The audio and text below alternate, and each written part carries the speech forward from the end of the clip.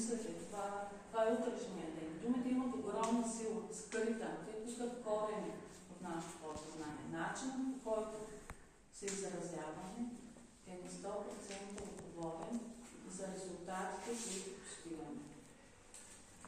Когато намерим истинската си същност, ще бъдем щастливи за винаги. Когато намерим покоя на себе си, ще нас подходи здраве, радост и щастие всяка една сфера. Когато намерим това нещо, което кара сърцето да пее да играе, да подскача, тогава щастието ще е една постоянна скъпа. Всичко, което се нуждаем, е щастие.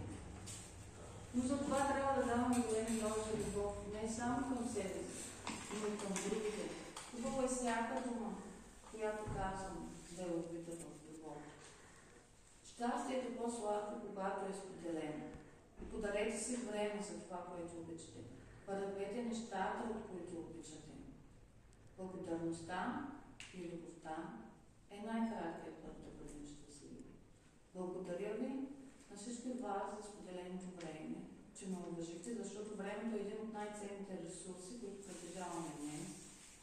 Вземете твърдото решение от днес да целите да обичате повече себе си, защото щастието се изразява да сме щастливи тук и сега, да поставяме себе си и мечтите ни на преден план. Защото когато обичаме себе си, когато приемаме себе си, ще живеем в една по-голяма хармония. Правилният човек, който ще ви направи щастлив за цял живот, сте самите вие. Нямаме време да живеем живот, който не ни харесва. Нямаме време да губим в излишни скандали, защото това ни взема от енергията.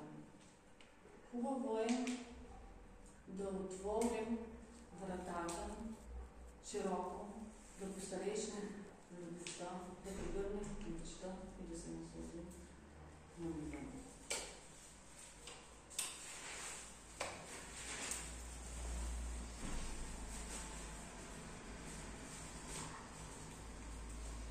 Успехът не обича оправданията. Не е хубаво да ставаме жертва на ограничаващите вярвания и притеснения. Всичко може да се промени във всеки момент. Дори за една малка промяна може да получите дълготрайни резултати.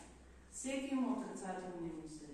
Важно да не се превръщат в начин на живота. Когато промените мисленето си, премахнете страха от бъдещето си и притесненията и работите на промените в желаната посока, тогава вашите желания ще се реализират по-бързо. В основата на всичко е мисълта. Оправданията са бягане от отговорност за вземане на каквито и решения. Просто когато не искате нещо достатъчно силно, измисляте оправдание, че нямате време за това, за това. Да, така по-лесно се живее. Животът е прекалено кратък, за да правим нещата, които не харесваме. Разрешете на щастливите събития да ви се случат в живота. Бъдете готови и отговорни за работата на вашите мечти. Колкото повече любов даваш към себе си, толкова повече ще получиш в духовния свят. Грижите за себе си са най-ценният подарък, който може да се направи. Човек се превръща на това, което мисли постоянно. Погледни надълбоко в себе си. Ти откри себе си, престанете да търси одобрение от хората. Ти си специален човек. Всеки човек е уникален. Ти си мътник за прекрасни неща, които намериш. Когато намериш любовта себе си, света, живота си подрежда на никога. Никой не може да носи отговорност за твоето щастие, може да носиш отговорност единствено само ти. Подари си любов, подари си свобода, подари си време за себе си. Благодарността е най-краткият път към щастието. Колкото сме по-благодарни, толкова повече ще имате всичко. Благодаря за това, което имаш, благодаря за това, което си.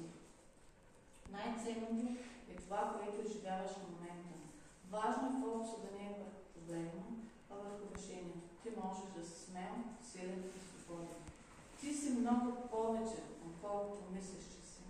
Наслаждавай се на всеки ден, на всяка победа, на всяка крачка, защото малките неща са най-големи. Те са истинското щастие. Позволи си да създава всичко в живота, стига да го поискаш. Ти си тук, за да се развиваш. Открий в себе си смелостта, всеки е притежава, колкото да не поплава. Бъдещето да ви свете, от твоите мисли създават реалността. Давай, без да имаш очакване. Да обича себе си означава да приема собствените си желания, да уважава собственото пространство и пространството на околните. Най-важно е да запазим най-ценния момент. Единственият момент, това е настоящия момент. Малките неща, това са най-важните неща. Важно е да бъдем щастливи тук и сега.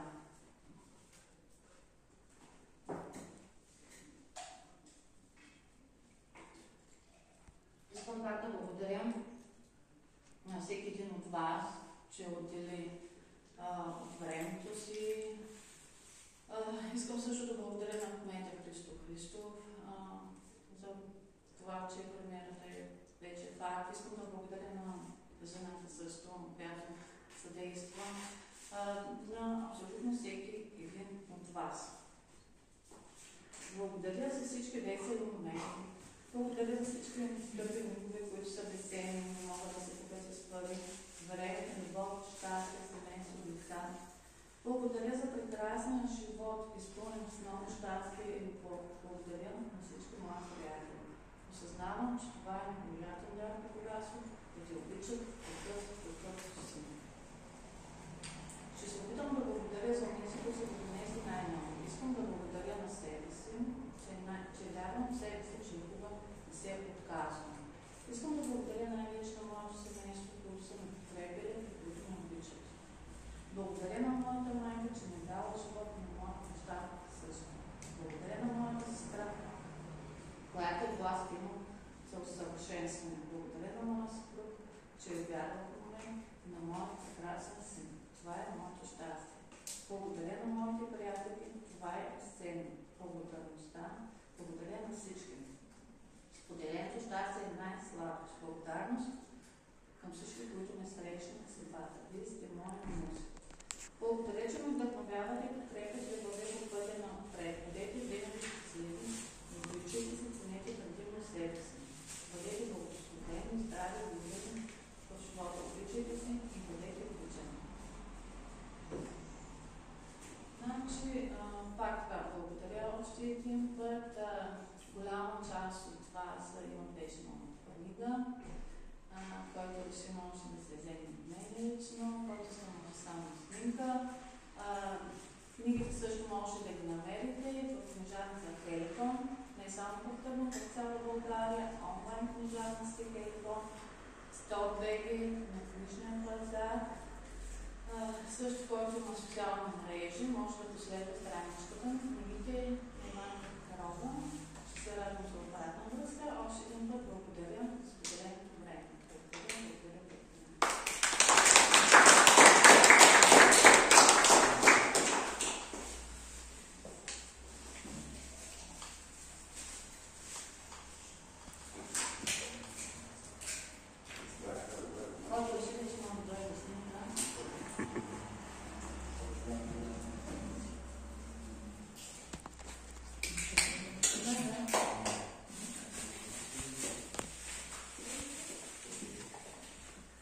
Я чакай по-близо.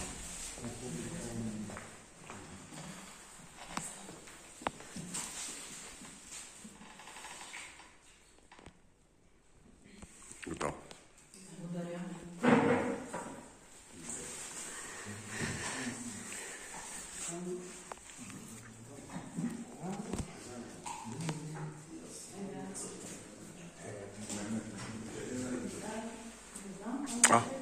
От тази страна ще снимам, че светлината.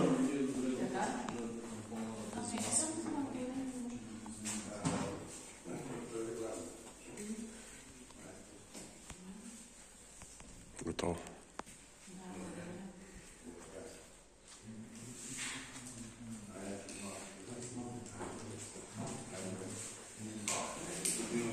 Я